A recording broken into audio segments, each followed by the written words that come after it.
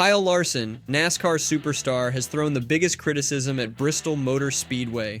The 2014 Rookie of the Year opened a heated debate with his controversial take on the world's fastest half mile.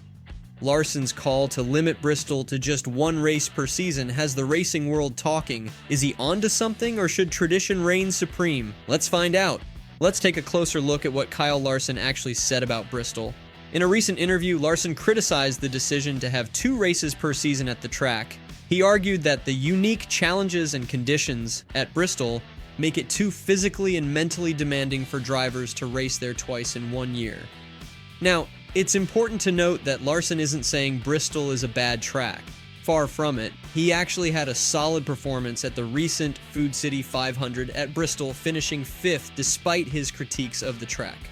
But Larson believes that the steep banking and tight turns at Bristol put an incredible strain on drivers, and that having to do it twice in one season is just too much. To really understand where Larson is coming from, it's important to take a closer look at the challenges that drivers face when racing at Bristol. One of the biggest issues is tire management.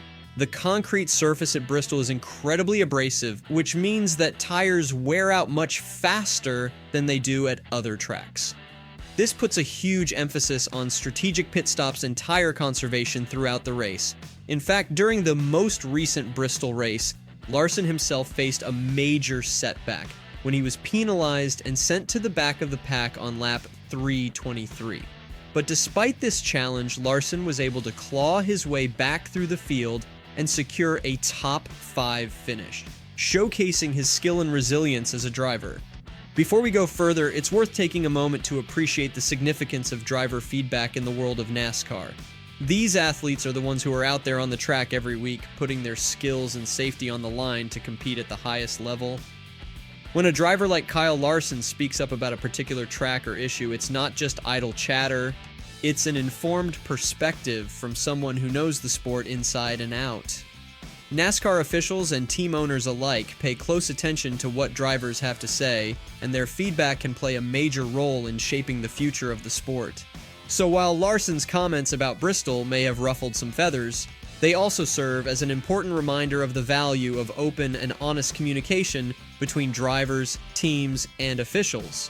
After the race, Larson elaborated on his concerns about the demanding conditions at Bristol. He noted that the high level of tire wear and the physical toll of racing on such a challenging track makes it difficult for drivers to perform at their best week after week.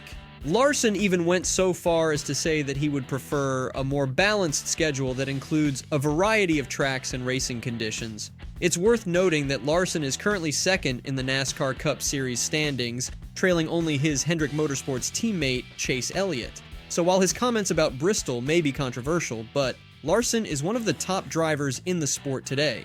Larson said via YouTube, "I would never want to do that again. To have to run a race like that every week would not be good, and it's honestly probably a black eye to Goodyear, just with all the rubber that couldn't get laid down and just wearing through tires and all that." I would never want to do that again. Like, that was, to have to run a race like that every week would be not good, and you know, it's honestly probably a black eye to Goodyear, just with all the rubber that couldn't get laid down and just wearing through tires and all that. So Bristol Motor Speedway has been a fixture on the NASCAR circuit since 1961, and it has played host to some of the most memorable moments in the sport's history.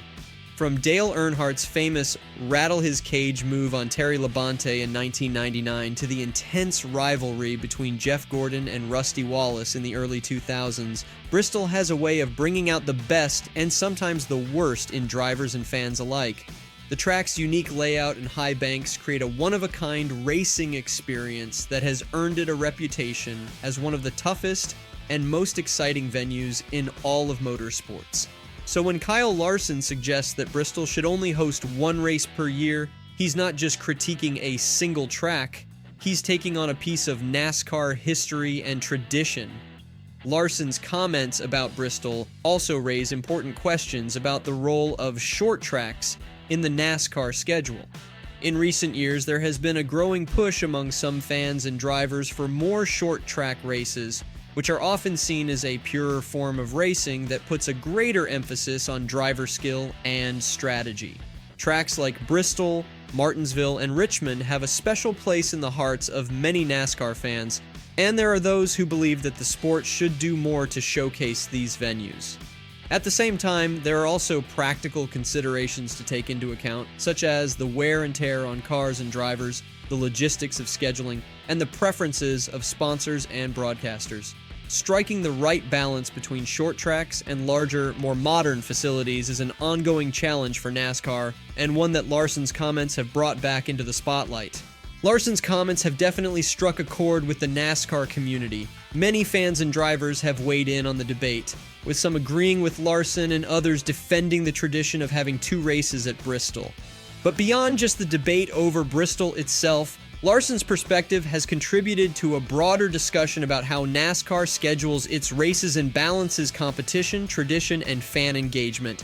In recent years, NASCAR has been experimenting with new formats and schedules, including the introduction of the next-gen car and upgraded short-track packages. No discussion of NASCAR's future would be complete without considering the perspective of the fans.